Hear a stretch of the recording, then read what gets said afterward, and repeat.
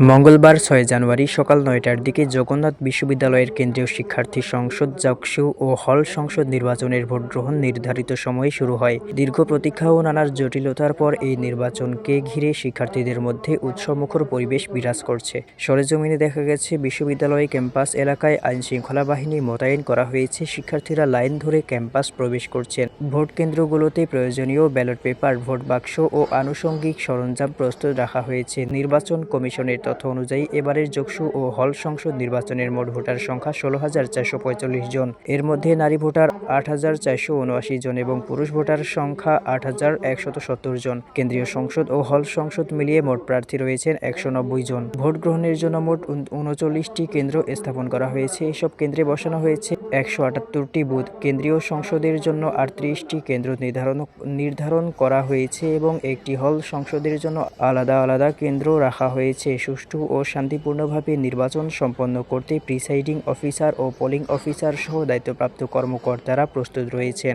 বিশ্ববিদ্যালয় প্রশাসন ও আইনশৃঙ্খলা রক্ষাকারী বাহিনীর পাশাপাশি স্বেচ্ছাসেবক দলও সার্বিক নিরাপত্তা নিশ্চিত করতে মোতায়েন রয়েছে।